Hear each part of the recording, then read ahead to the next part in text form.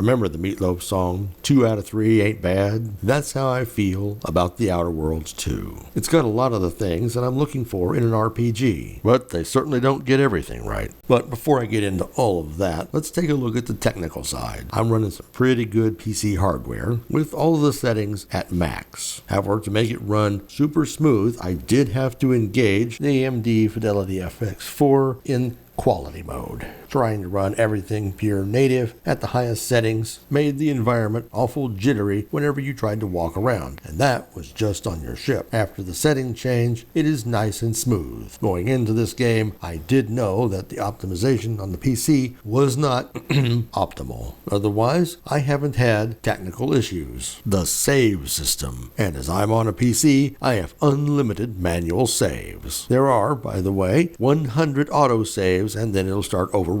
So, if you're one of those save scummers, and I ain't judging you, if you ain't judging me, you're covered. You know what else it has? Fast travel. And there's a lot of fast travel points. To be fair, I expected these features, but when you lack them, boy do you miss them. The game also delivers a fairly decent character creator. No, it's not jam-packed with jaw sliders and temple adjustments, earlobe length, those kinds of things, but there are lots of sliders for you to customize your character. Though I could certainly use more hairstyles for both the male and female characters. And some of the hairs do clip oddly on the head. So I'm giving it points for actually giving us a character creator. Here's another positive. When you choose your background, you will see it reflected in the story. For example, the initial mission briefing is tailored to that background. There are dialogue choices and references as you play through the game. Now, are these references belt-fed? No, but they show up quite a bit. There's a rather robust crafting system of which the game highly recommends you take advantage of, and it's not wrong to push you in that direction. And I don't even mind the scarcity and expensive ammo out in the world, forcing me to use all those items I gather as resources to craft all that ammo. And you will be using ammo even if you're doing a stealth build. Get a zillion of these wild animals after you, you're going to be opening up with every bit of firepower you have. Or maybe that's just me sucking at my stealth build. Still, I appreciate a crafting system that is actually useful. You certainly can farm the in-game currency called bits and buy the gear you want, but it is far more useful and faster to use the crafting system. Next, as with any decent RPG, you not only can have a background, but you get skills, perks, and a trait system, both positive and negative. In your initial character choices, you're given the option of taking one trait and then moving on to picking perks and skills, or picking 2 traits and 1 negative trait. I'm not usually a fan of those negative traits, but I do like that it forces you to weigh your options. How badly do you want those 2 positives? And just how do you offset the negative that you had to take? And as for how useful all those skills and perks, there are checks out the wazoo. Dialogue checks, checks in interacting with the world, they went absolutely nuts. And I truly enjoy that. However, there's a level cap of 30, and that means a finite number of points. And this game does not reward a jack of all trades, because as you progress, all the checks get harder, and if you're spreading your points all over the place, you're going to pass very few of those checks. So what you end up doing is specializing, and then you miss a ton of other things. And you're constantly, hopefully, passing all the checks you put points in, but they're the same ones over and over. For me, speech, hack, and lockpick are the 3 I'm dumping most of my points into. Speech obviously gives you the most influence in dialogue. Hack will allow you to get more information from all of those terminals, which then provides information for your dialogue checks. In fact, it is not uncommon to see in that conversation one of the lines grayed out, telling you that you have some missing information. So the game encourages you to check every terminal and everything you can, and talk to everybody so that you can glean as much information as possible. The game also provides a lot of reactivity outside of dialogue. For example, you're going to run into an individual who's fighting a bunch of monsters and calls you over. You can go talk to her and further the quest, or you can rush right into the next room and start fighting, at which point she will call you an idiot. I thought that was a really nice touch by the writers. As far as all those NPCs and quest givers, you have the standard fare, and I haven't found any egregious voice acting. Now, this is an open world game, so you're going to have all of the typical open world questing,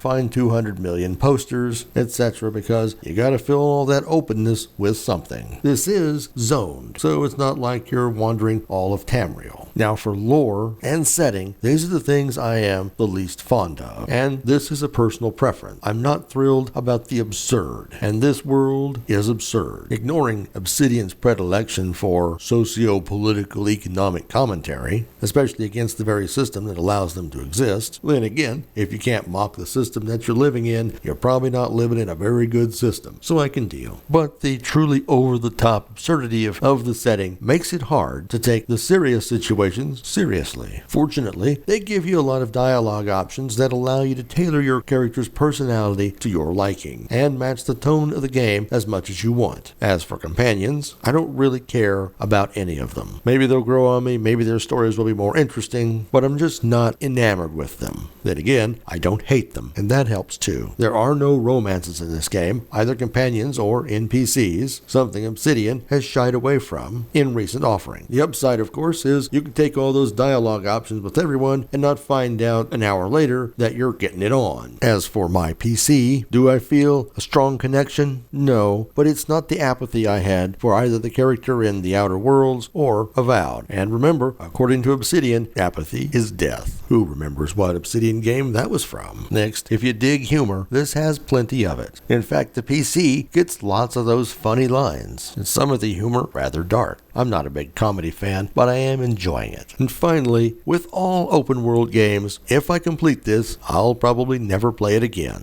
So I'm hoping to get as much enjoyment out of my first playthrough as I possibly can. So to go back to old Meatloaf, it might not have everything I want, but here's hoping there's a good 2 out of 3, and that ain't bad. So what do you folks think? Playing it? Blowing it off? Why not drop us a comment below? And if you're enjoying this content, give us a like and subscribe. Thanks for watching.